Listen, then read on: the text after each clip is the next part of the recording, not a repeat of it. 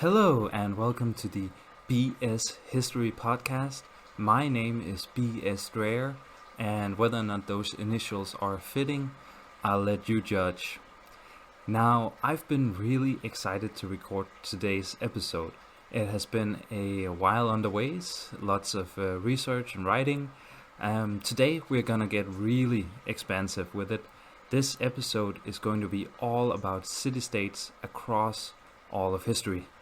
I'll go into what a city-state is, and I'll showcase many historical examples from ancient Mesopotamia to modern-day Singapore. I'll talk about why city-states were important historically, and I'll touch on why city-states are still important today. It is going to be a kind of overview of many different cultures and how their vision of life in a city-state looked, and I'll make sure parts in this description so you can pick and choose if you don't want to listen to the entire episode. Without further ado, let's dive in. Before getting into the many diverse and fascinating historical examples of city-states, let's start out with a definition. A city-state is, at its core, a political arrangement where a single independent city rules a contiguous territory. That's sort of the textbook dictionary definition.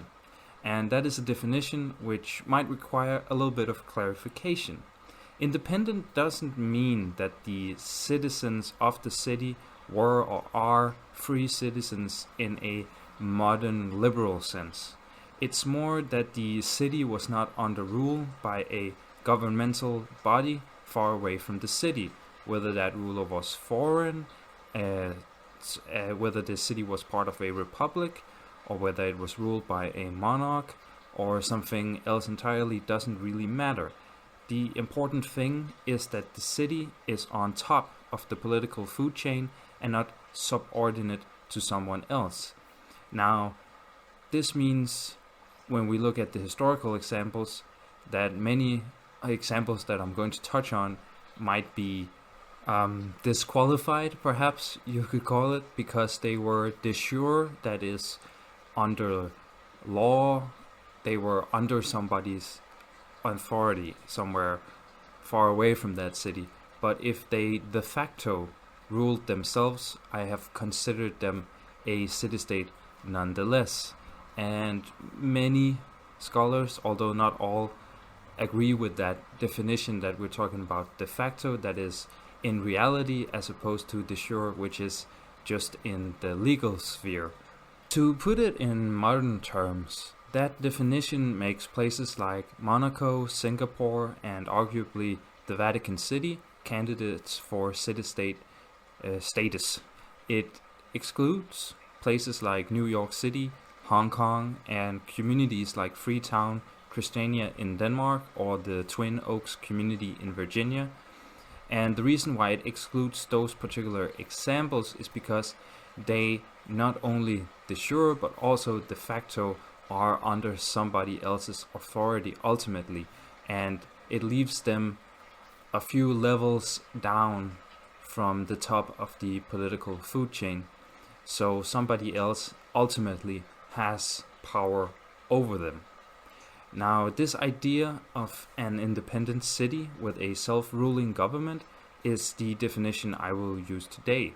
The other possible criteria, that of a contiguous territory, is more difficult to define precisely, and I will therefore largely ignore it, because all territory away from the city-state itself, islands and communities in foreign lands, would have to be classified as colonies, which has often, but not always, been the case, historically speaking. Ultimately, the definition of what exactly a city-state is still a matter of debate for historians and political scientists alike, but luckily many historical examples are widely regarded as city-states, even when they blur the lines of the aforementioned definitions, and so those historical examples are the ones that I will touch upon today.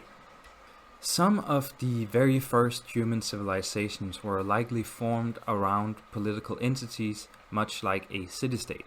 That idea is in particular evident from archaeological findings in Mesopotamia.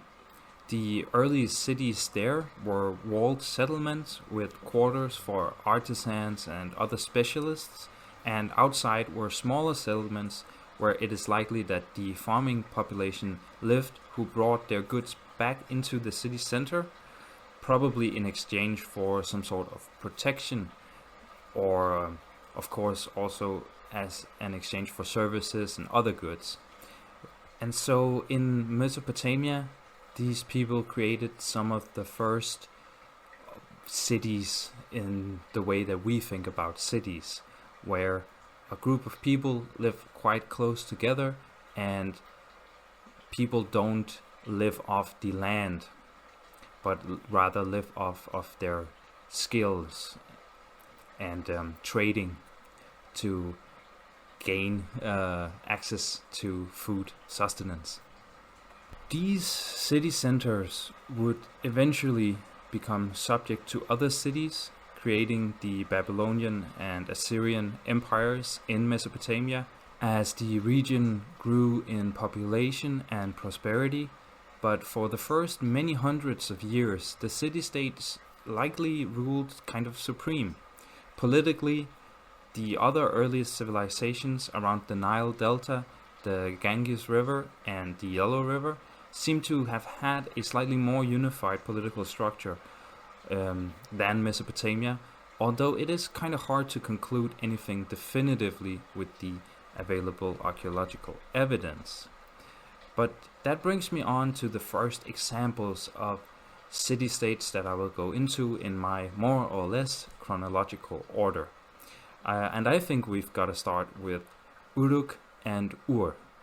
Both of them are examples of what I mentioned before, the early city-states in Mesopotamia. They were Sumerian and were founded around 6,000 years ago. The Sumer were the earliest known civilization in Mesopotamia. They called themselves black-headed people, and though their culture was eventually usurped by the Akkadian culture, they had a significant impact on Western civilization, and perhaps arguably all of civilization, indeed, by virtue of the very central position that they occupied in the world. The Sumer showed incredible skills in building. Ur is home to the ziggurat of Ur, which is a large pyramid-like structure. It is a feat in engineering that shows what advanced things these city-states were capable of. The Sumer were also literate. They produced the epic of the ancient king Gilgamesh, which you may have heard that name before, but not everyone knows that he was actually a real historical figure, a king of Uruk, living almost 5,000 years ago. The epic stories about Gilgamesh are widely regarded as inspiration for later epics, such as the Iliad and the Odyssey, and even parts of the Bible. The Sumerians organized themselves in cities under the rule of kings like Gilgamesh, with cities spread out and seemingly largely independent from one another. That is what makes them qualify as city-states, even though all these city-states were part of a connected culture, that of the Sumerians, with a common language. And it also qualifies the Sumerians as almost a culture of pure city-states, pure city-state dwellers and farmers supporting those city-states, which in history is kind of rare, that it is one culture that completely on the whole only governs by way of city-states. So the Sumerians were able to build up these large city centers maintained by agriculture in the surrounding fertile river deltas in Mesopotamia, but later cities were more often subject to external political power as external political powers grew, and eventually were unified under empires like the Akkadians and the Babylonians. Notwithstanding, Ur and Uruk were impressive achievement for humankind, really, built at a time when mammoths were still alive on the planet. which gives you some kind of perspective of how long ago this was. The city of Uruk was actually inhabited until finally being abandoned around 700 AD, which is a truly impressive longevity and really a testament to the capabilities of those early city-state dwellers. Now, having just mentioned Mesopotamia, I would probably get Egyptologists on my back if I didn't mention that some Egyptian cities, such as Memphis and Thebes, functioned as city-states at times within Egyptian history, rewarding, among other things, innovations in religious thinking to their populaces. But mostly, Egyptian cities were part of the larger network of cities all under the same kingdom. And of course, Egypt was split in different kingdoms in different periods. Different kings and pharaohs had different areas that they controlled. But ultimately, I would argue that Egyptian cities didn't really have the same city-state status that places like Ur and Uruk within the Sumerian civilization had. Moving along a little bit in the chronology, in fact jumping quite a bit ahead, comes the rise of Phoenician city-states. The first important one was Byblos, which was founded around 2500 BC, and later came cities such as Tyre and Sidon around 1000 BC. Tyre and Sidon were founded in the Middle East. Both are in what today is Lebanon, as was Byblos, and this is the center of what was the Phoenician culture. Tyre and Sidon are pretty obvious city-states in that, like everywhere the Phoenicians went, their settlements were ruled by a king and varying degrees of oligarchical and plutocratic elements, but they were always concentrated on one city, and those cities held with their kings supreme power. No centralized political power ruled all of Phoenician territory, and the Phoenician Empire, as it is sometimes called, was really more of a cultural than political entity, much like the Sumerian example before. The Phoenicians were a seafaring people. Under Phoenician rule, they established themselves as not just powerful trading hubs, these cities, but they produced waves of colonizers who traversed the Mediterranean, sending back valuable goods that made Tyre and Sidon some of the richest cities of the ancient world. Of course, their relationship was one of rivalry. Both cities threatened also by much larger regional powers that had come into place in the millennia since the earliest human civilizations settled around in the region. And eventually, the colonies of both Tyre and Sidon became stronger and more independent themselves. One of these was Carthage, in modern-day Tunisia, legendary early rival of Rome with near mythological early ruler and founder Dido. And if the legends are true, one of the most shrewd women throughout history, arguably anyways. Regardless of the veracity of its founding myth, Carthage, grown out of Phoenician culture, dominated the Mediterranean when Rome was still a fledgling regional power.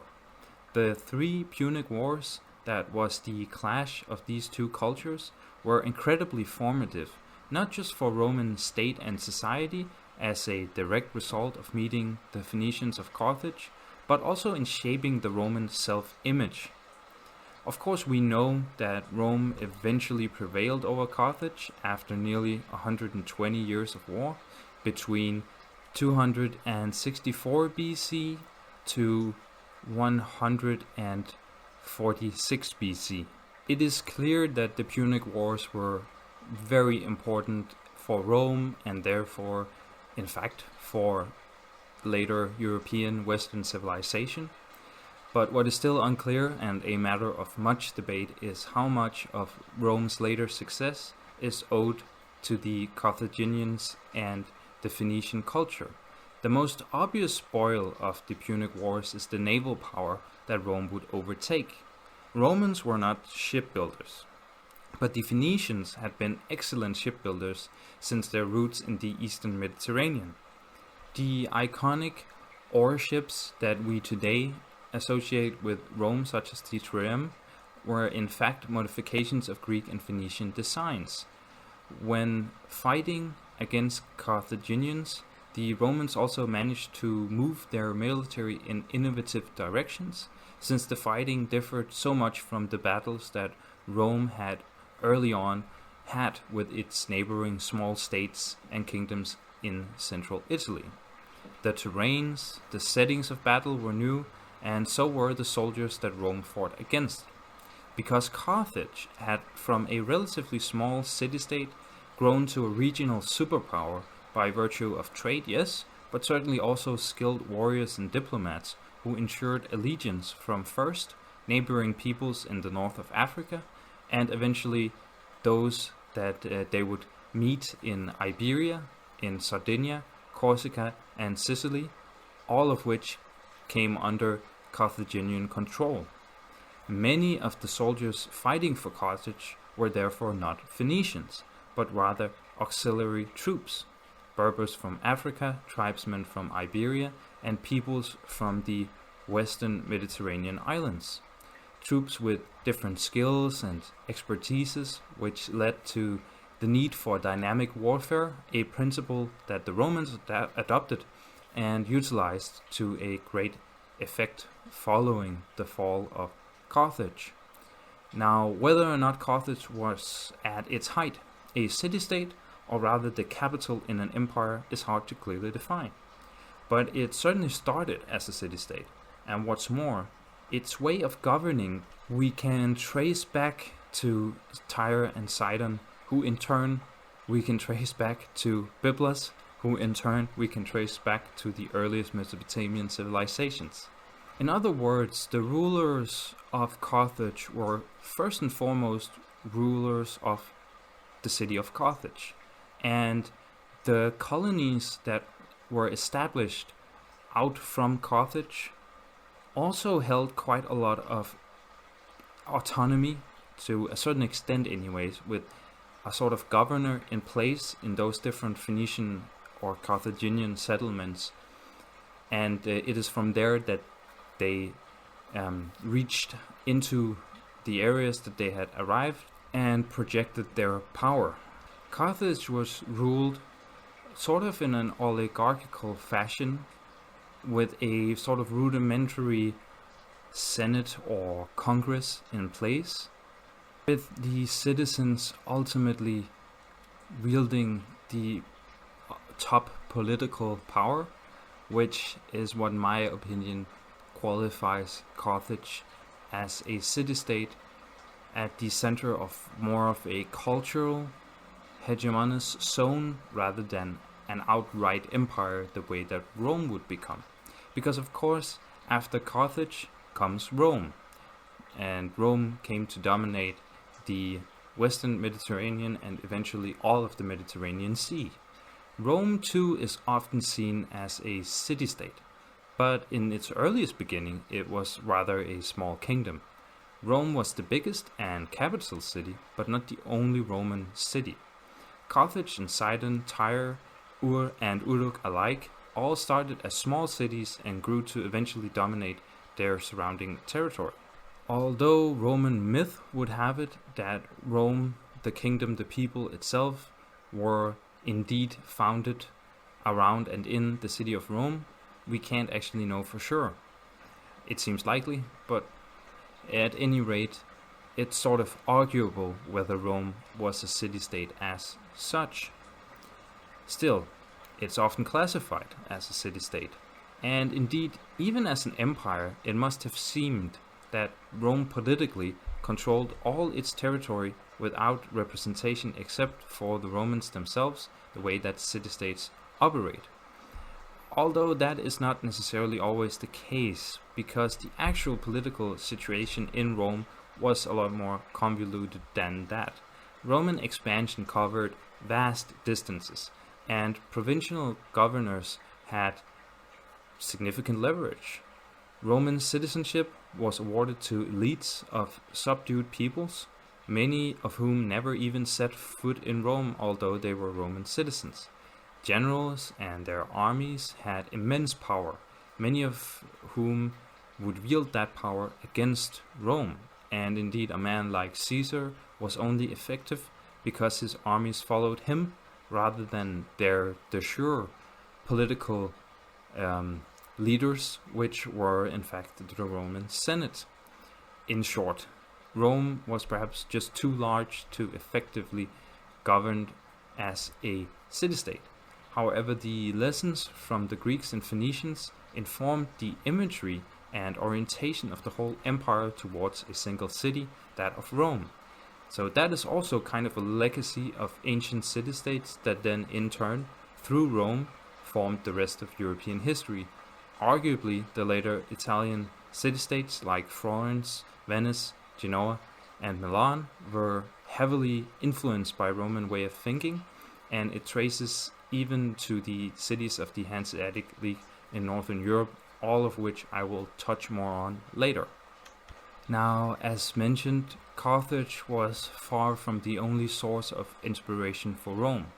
Roman and Greek mythologies overlapped to a great extent, not by coincidence, but because the Romans looked up to the Greeks very much. If Carthage showed Rome the politically and military necessities of empire, then the ancient Greek civilization informed Rome on what culture should look like. Roman religion, philosophy, and arts all have borrowed heavily from Greek predecessors. In Greece, the Greek city-states had arisen on the tail end of the Greek Bronze Age Mycenaean civilization. It was with the Mycenaean civilization from 1600 to 1100 BC that Greece began to form as a distinct cultural sphere. During the Mycenaean period, the Greeks started forming urban centers, the precursors of the later very famous cities such as Athens and Sparta.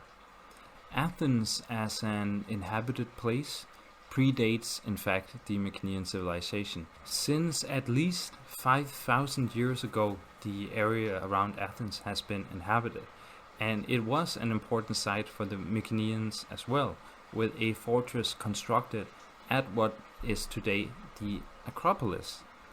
However, it was not until around 900 BC that Athens became a leading settlement in the Aegean Sea. Around the same time that Tyre and Sidon rose to their heights of power, Athens, with its well-protected natural harbor, was a model trading hub. What Athens is most famous for, of course, is the introduction of a democracy. Now, Athens had legal slavery, and it was only Athenian citizenry and only men who were represented in their version of democracy, but with all its fault, there is no denying it inspired all later democratic movements.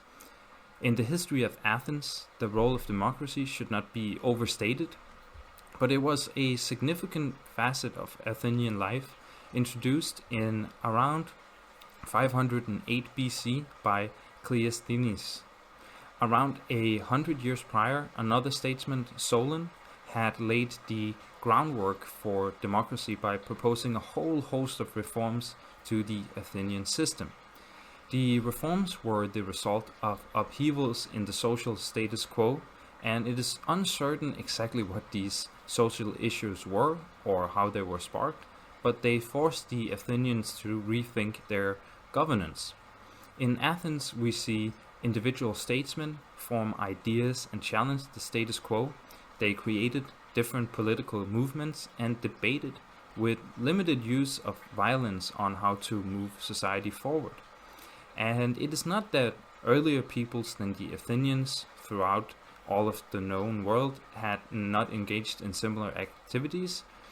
It is highly unlikely that they didn't, in fact, but with Athenian democracy, the process is so well documented that we know much more than about any earlier attempts at democratization that might have occurred elsewhere.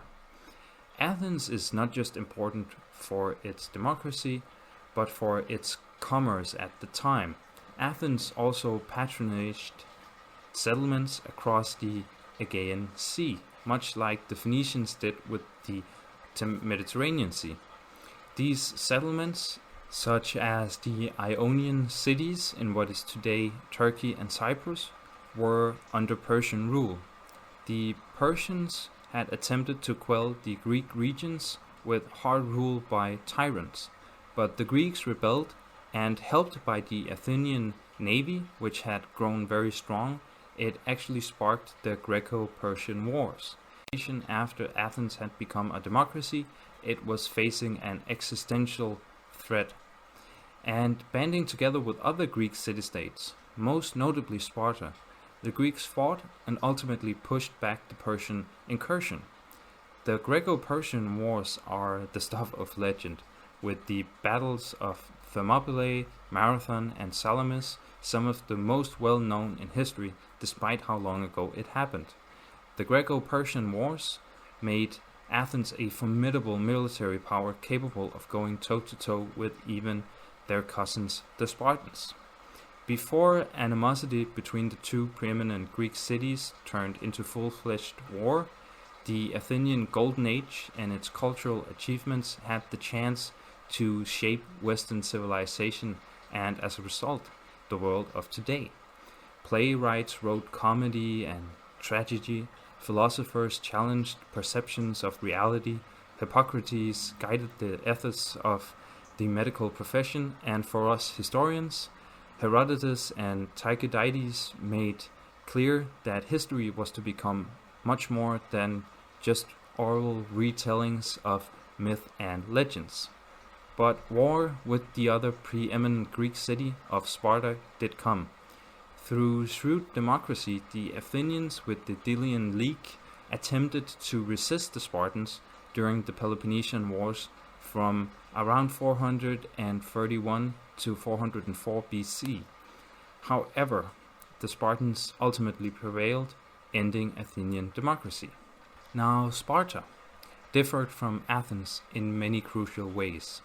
Around the same time that Athens rose to prominence as the preeminent site of Greek seafaring peoples around 900 BC, a settlement on the Eurotas River started growing into the city-state of Lacedaemon, or Sparta as it is now most commonly known, which became the preeminent Greek land-based power.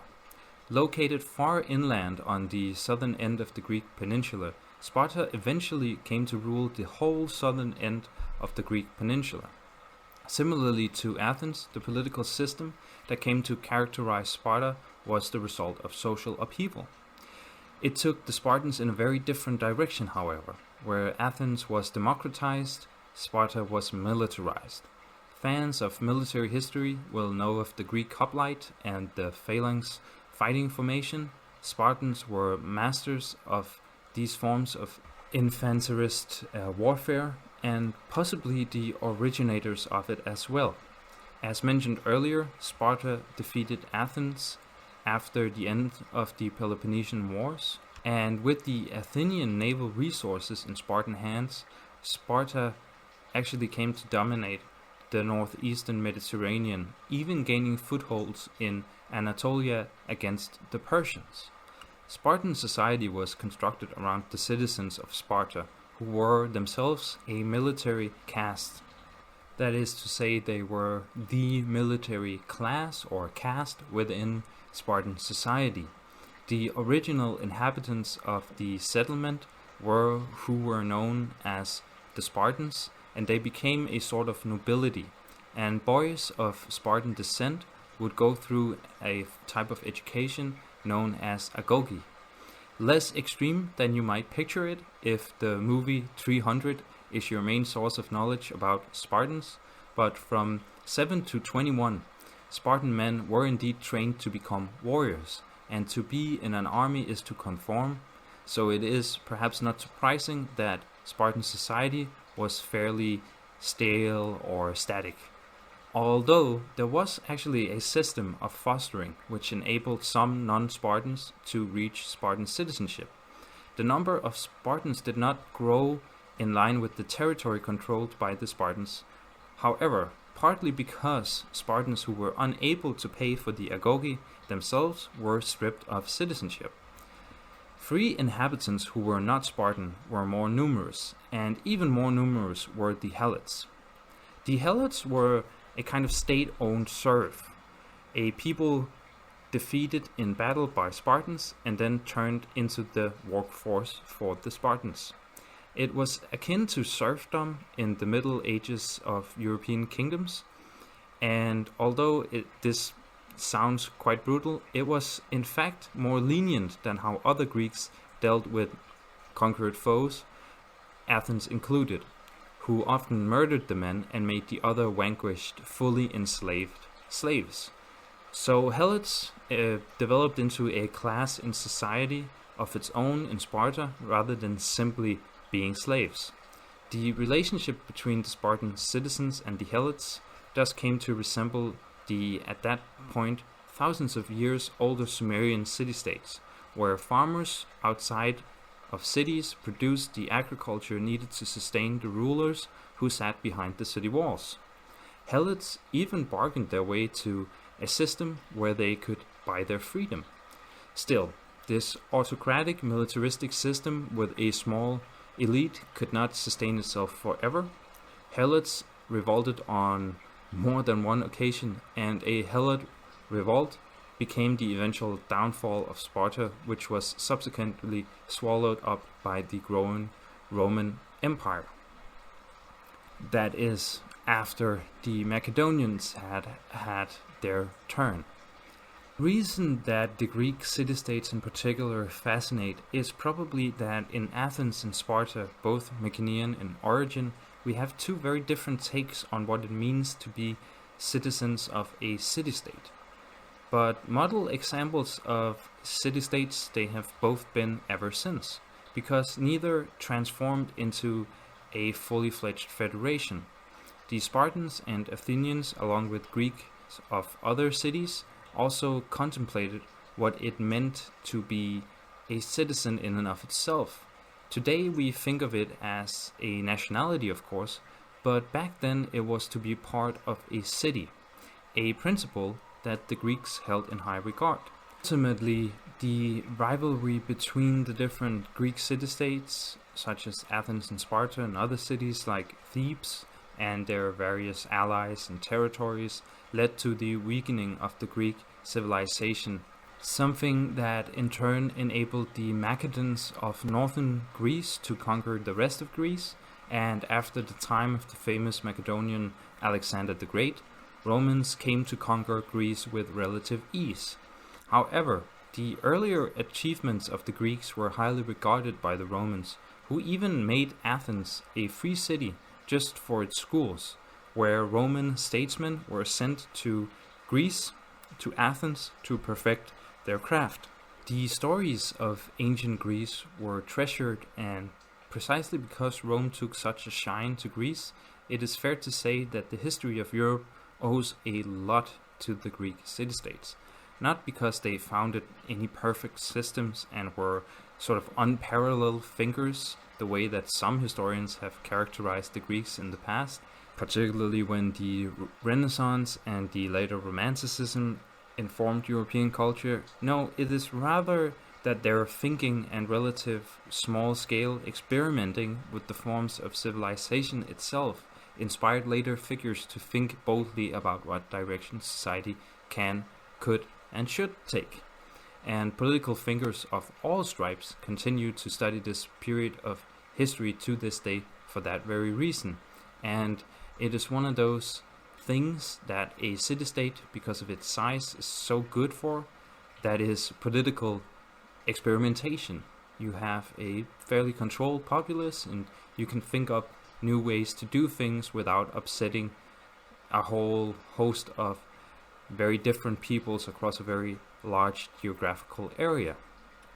And I kind of want to stay close to the Mediterranean for a little bit longer, as we move on to the city-states of the Philistines, a people that is well known from biblical literature, and after being driven from their homelands by the Babylonian king Nebuchadnezzar II, they established 5 different city-states: Ashkelon, Ashdod, Ekron, Gath, and Gaza, the last of which today functions kind of like a semi-autonomous city-state for the Palestinians. Exact information on the Philistines as a people is hard to come by. Much of what we know is from the Hebrew Bible, which does not always put them in the best of lights. What archaeological evidence we have come relatively recent from 2003, and seems to suggest that these cities had kings, and it is reasonable to assume that their society was structured much like the earlier Mesopotamian city-states which the Babylonians had overtaken after the Akkadians. What is interesting to us today is how the Philistines almost undoubtedly brought their way of city building to the Semitic peoples of the region, the Jewish people included. In fact, as the Philistine city-states predate Tyre and Sidon by about 2 centuries and was located fairly close to the south, it is possible that they inspired the Phoenicians as well.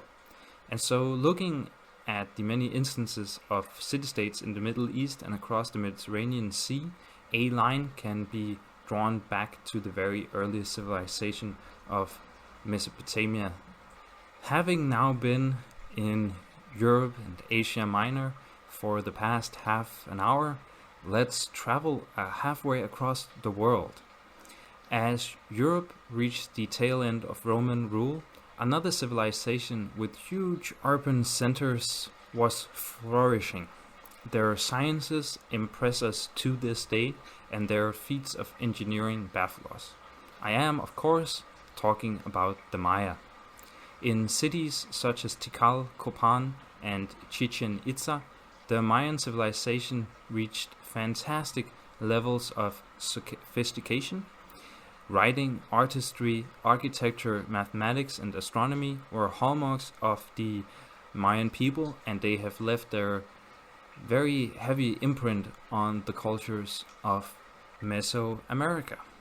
Although we today kind of have the Mayan civilization under the collective term of the Maya themselves did not consider themselves a cohesive cultural sphere or social entity. This underlines the fact that theirs was not an empire, but a series of diverse political entities centered around different urban centers, very much like city-states. The foundations of Mayan civilization date back to about 2500 BC, but the first proper Mayan cities, as we imagine them with pyramid temples and the like, date back to about 500 BC. These cities grew and interconnected through trade. The Mayans were master agriculturalists, and their diets of maize, beans, squash, and chili, along with a wealth of different fruits, were the main thing that they would trade with one another. Luxury goods also became widespread during the height of Mayan power. Textiles in particular were prized. The achievements in astronomy that the Mayans reached continue to impress today. While European, Indian, and Chinese people might match the Mayans in written arts and religious complexity, their understanding of the celestial bodies was unparalleled. In fact, when the Spanish arrived in Mexico, they could not measure the solar year as well as the Mayans had been able to. The unique Mayan numeral system and the way in which it was written helped create very accurate measurements. They also had the concept of zero, a principle that took a long time to become widespread in European mathematics. And we have yet to decipher all of Mayan knowledge on astronomy, and it is possible that they were even more advanced than we imagine. Certainly, I think it's safe to say that they were the best pre-telescope astronomical observers.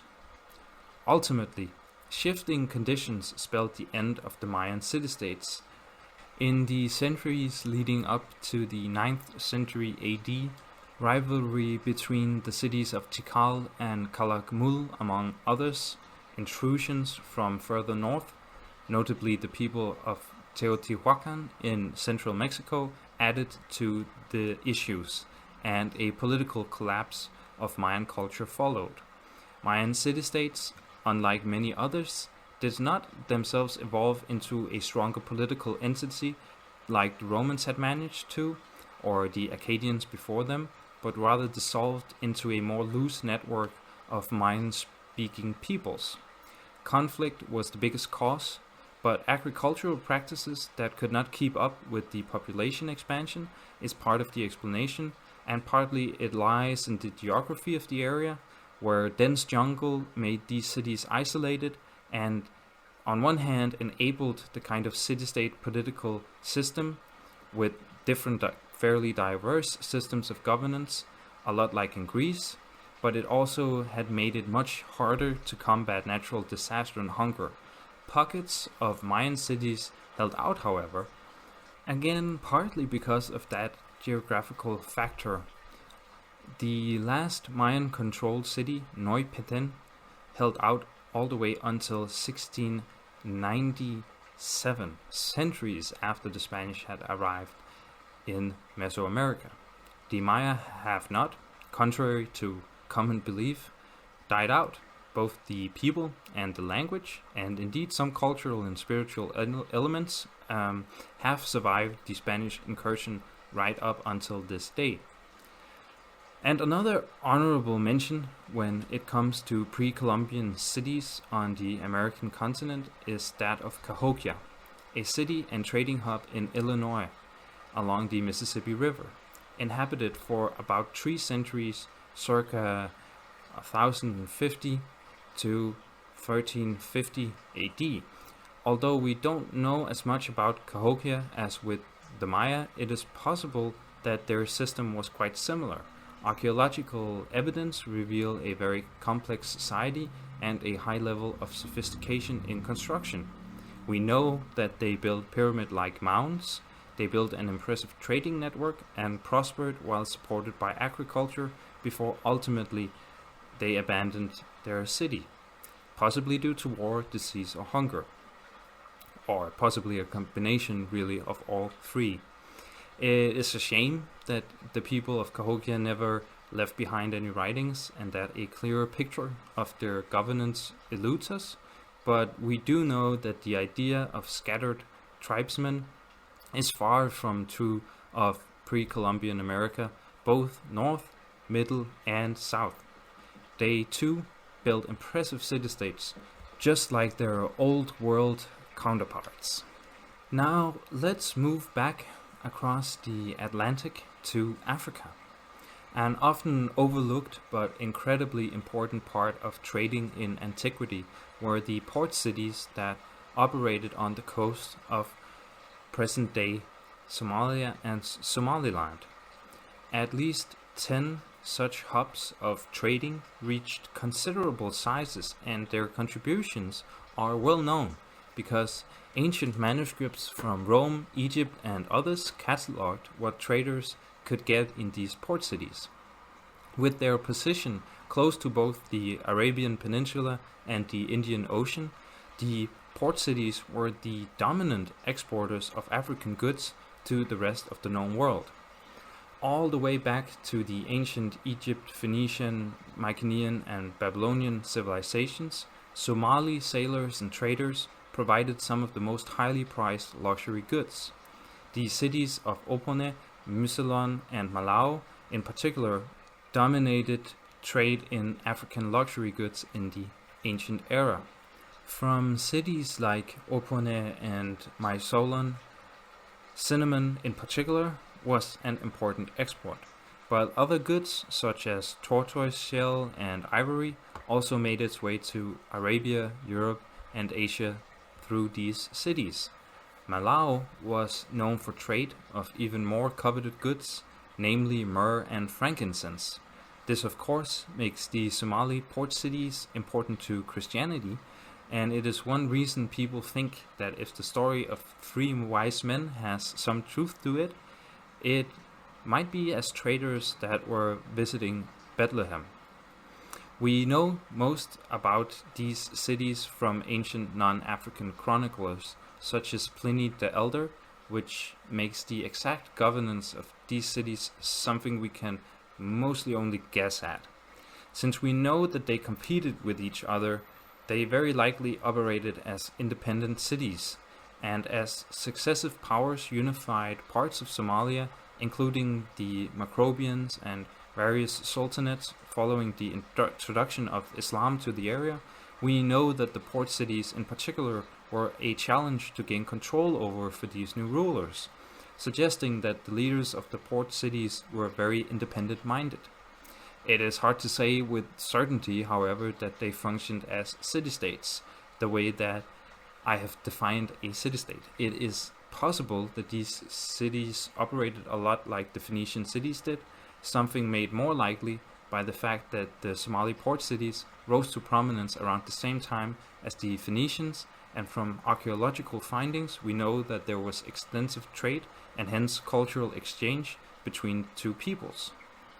Port cities on Africa's east coast and the Phoenicians in the Mediterranean were enabled by trade, making control of large territories for agriculture less vital for these places, as they could trade for necessities with the sale of luxuries. City-states far from the ocean were created in similar style. The Silk Road, the ancient trading route that sent silk and other goods from China across Asia all the way to Europe, was a very long and arduous journey for traders.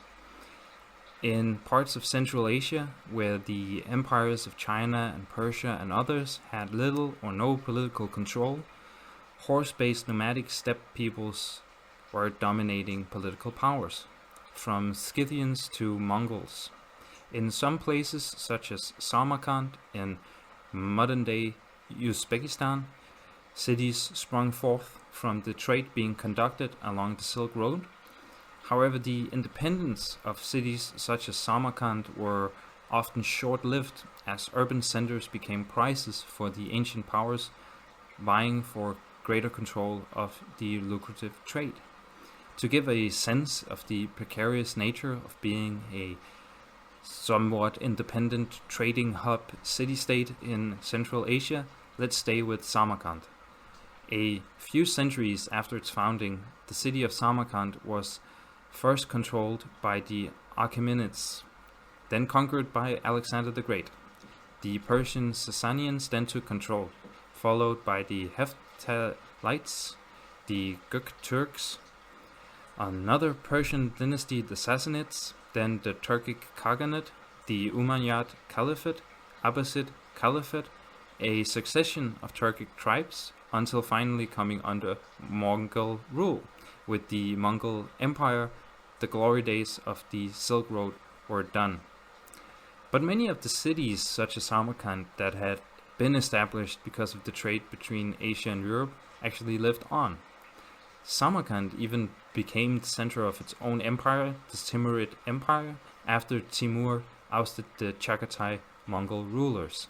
These cities that sprung forth along the Silk Road and were for shorter or longer periods operating as independent city-states sort of showcase the dangerous nature of the city-state as a political unit, because city-states are often so small in size and derive their power not from military but from trade as the main thing. So when there are compelling reasons for a larger power not to attack a wealthy city-state, they can stay safe and protected, but when there are no compelling reasons not to attack, then they become prime targets. A long ways away from the Central Asian steppes, in Southeast Asia, another way to try and safeguard city-state independence was thought up.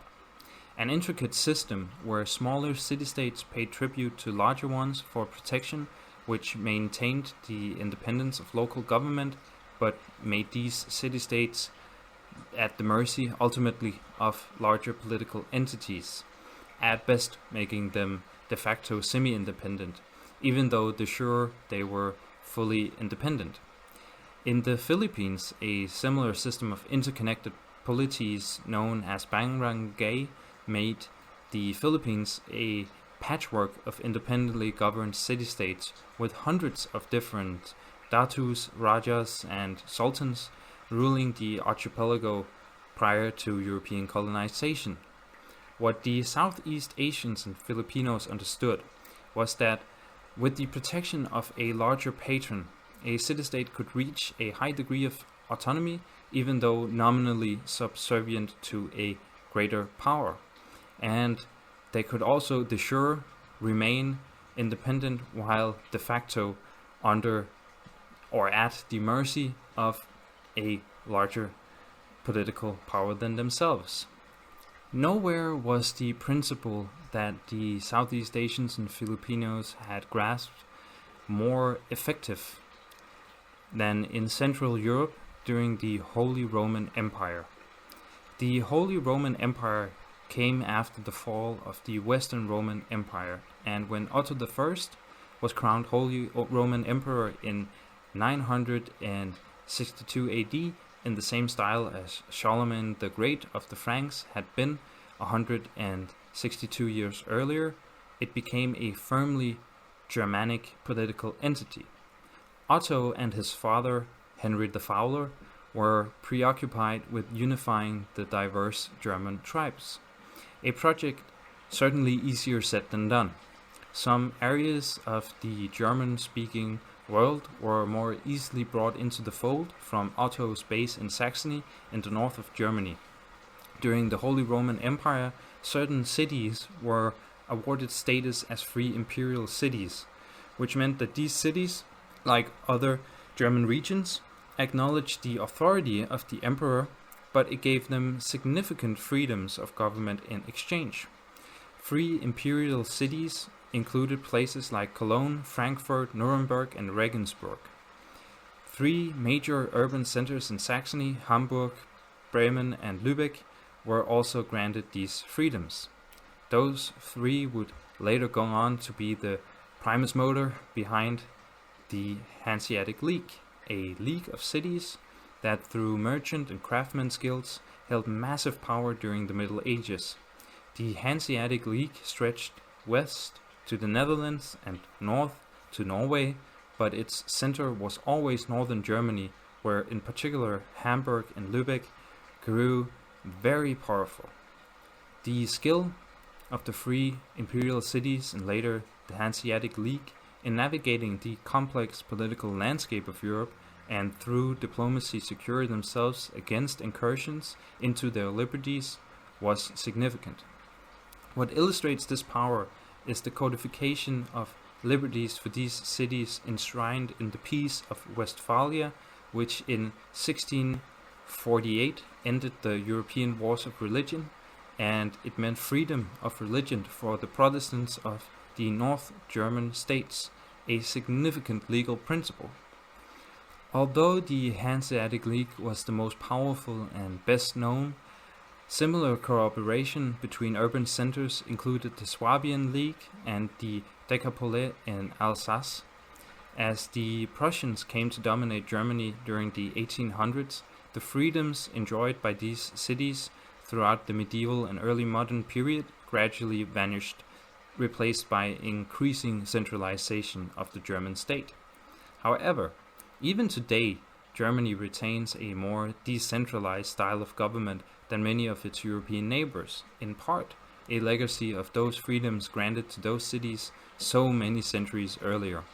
And many of the former free imperial cities and Hanseatic cities retain those titles in their official names to this day. The Swiss Confederation is another interesting example of city-states banding together to secure political autonomy. Switzerland is governed by 26 administrative units known as cantons. Those cantons began as city-states, notably Geneva, Zurich, Bern, Lucerne, Schaffhausen, Freiburg, Solothurn, and Basel. During the Old Swiss Confederacy from 1300 to around 1798, their banding together secured Swiss autonomy and neutrality. Situated between Germany, France, and Italy, Switzerland was really prime real estate. Through internal cooperation, a well-organized military, and close connections to the papacy, it was, however, possible for Switzerland to stay an independent power, with those different cantons or cities retaining not only sort of national independence, but also quite a lot of regional autonomy within their federated system. And perhaps just to further illustrate that it is not only innovative and progressive ideas of governance that thrive under a city-state system, conservative forces can also wield considerable power, and it is a sometimes overlooked fact that Switzerland only gave women the right to vote in 1971, many decades after many other nations, Western and non-Western alike. Because of Switzerland being home to Geneva and the Geneva Convention, alongside with that association with human rights, as well as being a central part of the League of Nations, the precursor to the United Nations, and to this day a central part of the United Nations, well, Switzerland has always internationally enjoyed sort of an image as a rather progressive country. Of course, the reality is much more complex, as it often is. Nonetheless, the Swiss have had a huge importance as mediator in many conflicts since the 14th century, all because a set of city-states with different languages and ethnic makeup preferred mutual cooperation and interdependence rather than political control from larger nations, which they might share language and culture with, but ultimately not political goals.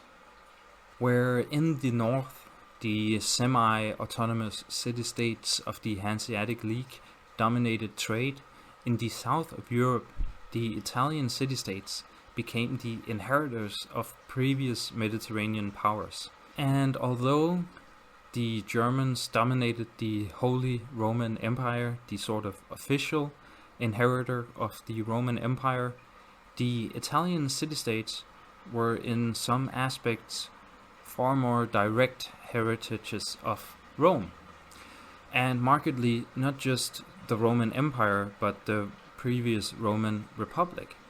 Following the fall of the Western Roman Empire, Italy was overrun with so-called barbarians, carving up chiefdoms and kingdoms and generally seeking spoils in the political vacuum. It is important to note that the fall of the Roman Empire was by no means an instant thing, but a very gradual process, and many barbarians both before and after the Roman hegemony would settle on the fertile Italian peninsula just because it was a good place to live.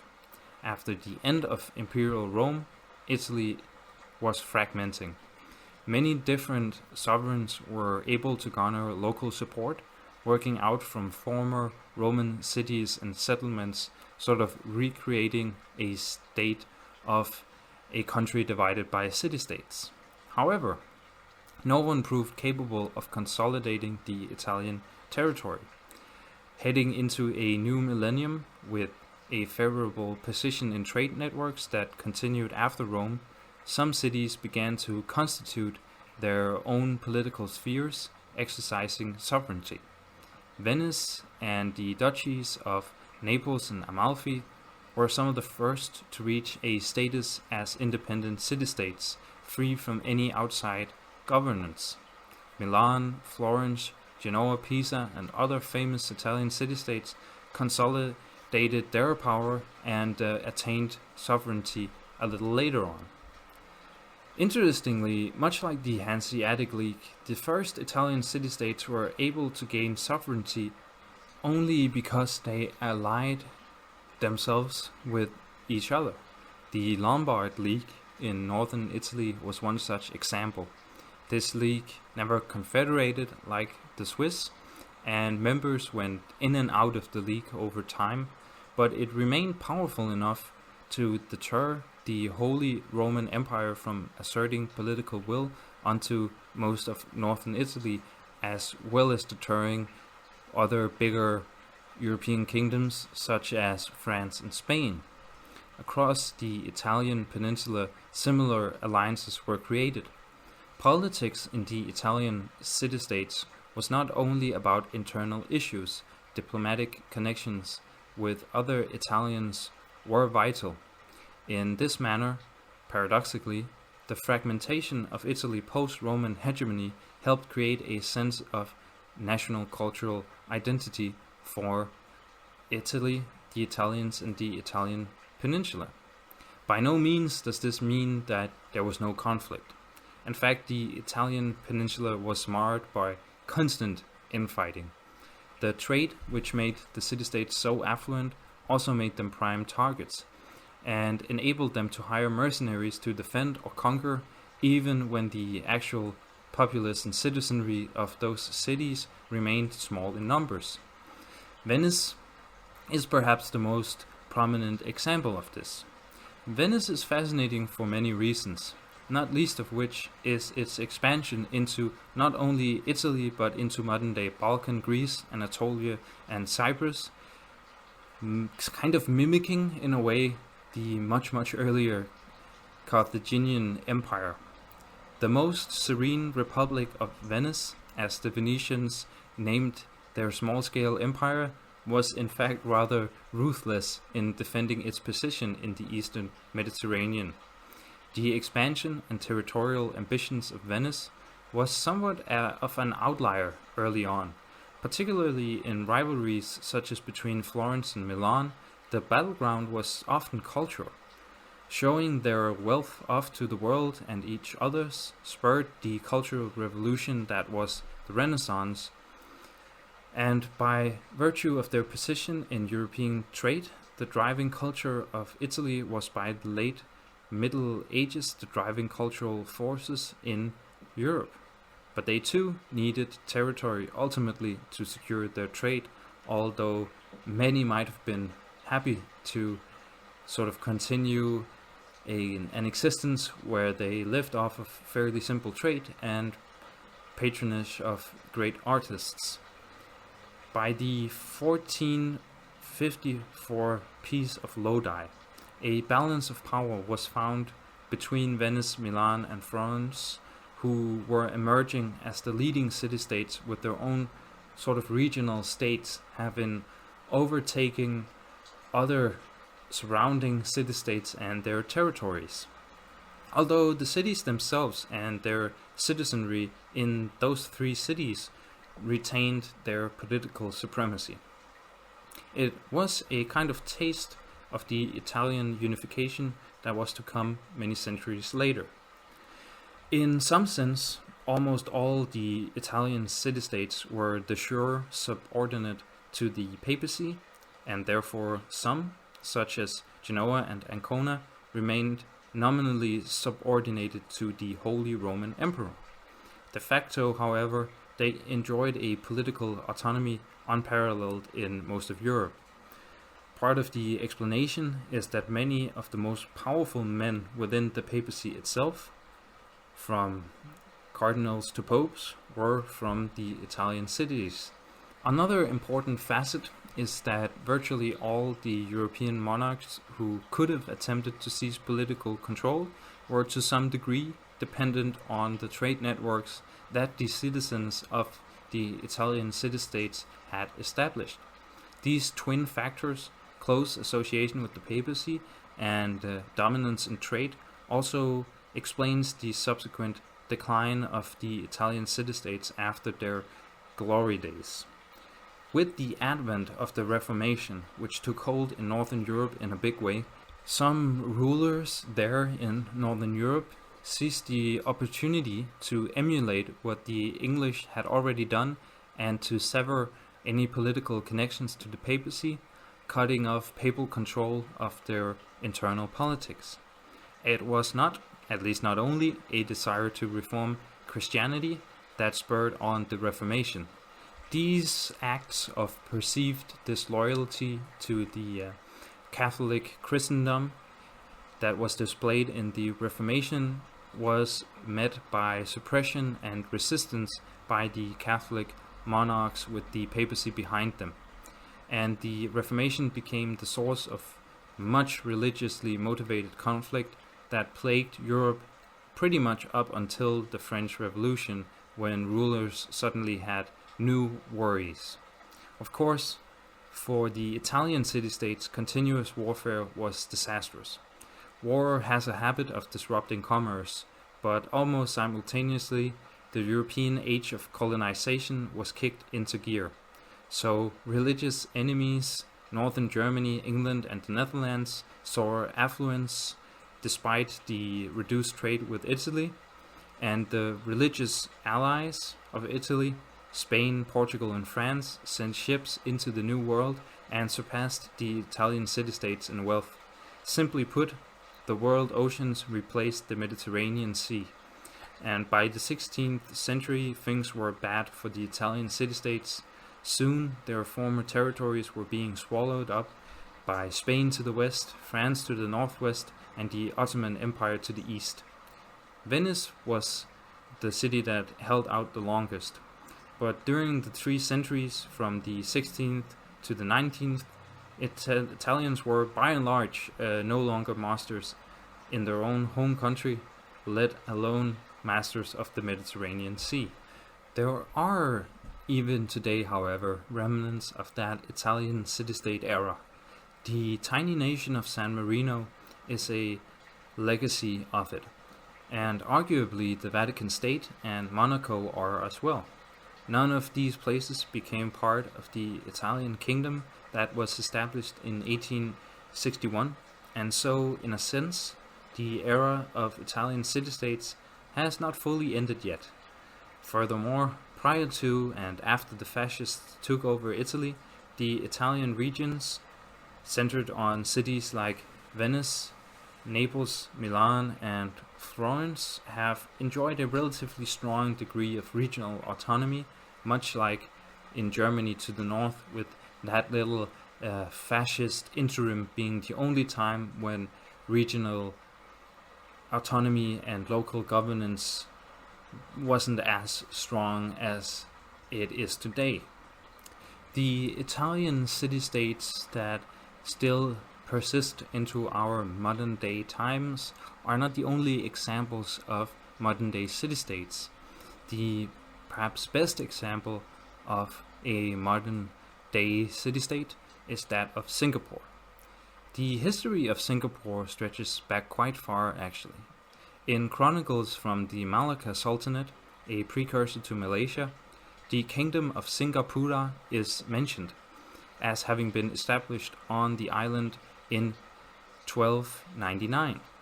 It is hard to verify, however, because the document was written centuries later. Mentions of a trading settlement under the influence of both the Majapahit, a precursor to India, and the Siamese, precursors to Thailand, are found from the 14th century onwards, however.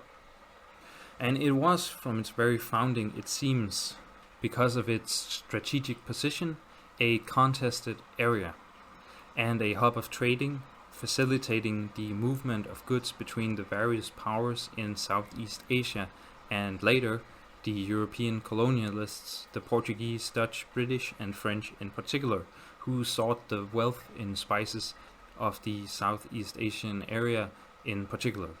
That being said, Singapore was relatively small until the arrival of the British statesman Stamford Raffles in 1890. He chose to expand Singapore's role in the British imperialist project. Singapore became part of the Straits Settlement, which were under the jurisdiction of British India, and a concentrated effort by the British to control more of the Southeast Asian trade. The population of Singapore grew dramatically, and it quickly became the focal point of British efforts in Southeast Asia. And Britain maintained a stronghold on Singapore from 1826 until 1965 with formal Singaporean independence. It was only interrupted by World War II when Singapore was occupied by the Japanese imperial forces. Now, Singapore, by 1965 had two main political movements, a center-right and a leftist labor communist movement. The People's Action Party, the center-right, has remained in power since independence, however, and the leftist movement has had barely any leg to stand on, really, in Singapore. Singapore is famous for its stringent rules and laws and social control. Many liken the nominally democratic Republic of Singapore to an authoritarian regime. Slightly unfair comparison on some levels, perhaps, but at any rate, even in the modern day, a city-state does not need to be a democracy at all to be a city-state. And Singapore continues to navigate its international role quite deftly, ensuring its own full independence as a state and a city, if not the full liberty of its own people. The Singapore summit between North Korea and the United States, in and of itself a historic occasion, is one example of how a city-state like Singapore can function as neutral ground in international diplomacy. It has connections everywhere by virtue of its position in world trade, and it is no threat to anyone by virtue of its size. It is a role in world politics that Singapore is very eager to fill. It should be mentioned that Singapore also does not rely on foreign guarantors for safety in terms of military might. It has for its size, formidable military, and with active roles in both humanitarian and military missions across the globe, it is a well-trained one to boot. It is part of how Singapore ensures its continued diplomatic strength and relevance, and it is a pattern that city-states have followed since the first larger political entities of large kingdoms and empires emerged in human history. Like Singapore, a city like Ceylon, halfway across the globe and far back in time, had to balance between open trade, diplomatic connection, and military capability to ensure peace and stability for itself and its citizenry. Some things in human history don't seem to change all that dramatically. Singapore is perhaps the most clear-cut modern-day example of a city-state, both in regard to its structure and its governance, but the importance that cities hold in our collective imagination are reflected in the status and importance that is put upon many other urban centers around the globe. Many urban centers retain a degree of exclusivity in their governance, distinguishing them from the geographical area that they lie within. Many large and capital cities are considered counties, states, or provinces unto themselves, sometimes even wholly separate administrative entities, such as the District of Columbia containing Washington, D.C. There are examples like Bamako in Mali, Beijing, Shanghai, and Tianjin in China, Bangkok, Jakarta, Tokyo, Islamabad, Vienna, Buenos Aires, Zagreb, Oslo, Berlin, and London, alongside many other cities that have special provisions and definitions that reinforce their importance for their respective countries. And part of the way in which we regard these modern-day cities is probably a product of all the historical city-states, some of which I have talked about today. Having now traveled in time from earliest human civilization right to the present day, it is worth considering once more why city-states matter. What do all these stories of city-states tell us? Well, it is safe to surmise that cities and their citizens have been drivers of civilization throughout history and across the globe, even at times when many humans had never even thought of any permanent residence, let alone city building. City-states, of course, would never have been possible without farming. If cities and their peoples were drivers of civilization, then the agricultural have been both car and fuel, and overall the contribution to the continued existence of our very species we owe to farmers and farming.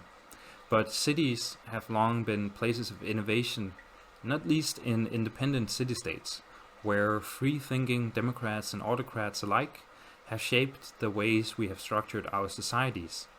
The experiments possible in these places have had widespread implications. The religious, cultural, and scientific facets have informed later generations. From early Rome to Venice all the way up to Singapore, city-states have been monumental entities within history. The examples I have touched on today are far from a full list, and more could be told about each and every one of them. Nonetheless, I hope the next time you're thinking about all the important political entities of the past, the empires and the kingdoms, the loosely grouped tribes and peoples, I hope you'll spare a thought for the city-states. Now, I am frankly baffled, but very grateful that this little podcast is reaching people from far and wide. It's wild that there are listeners from every inhabited continent. Thank you, each and every one.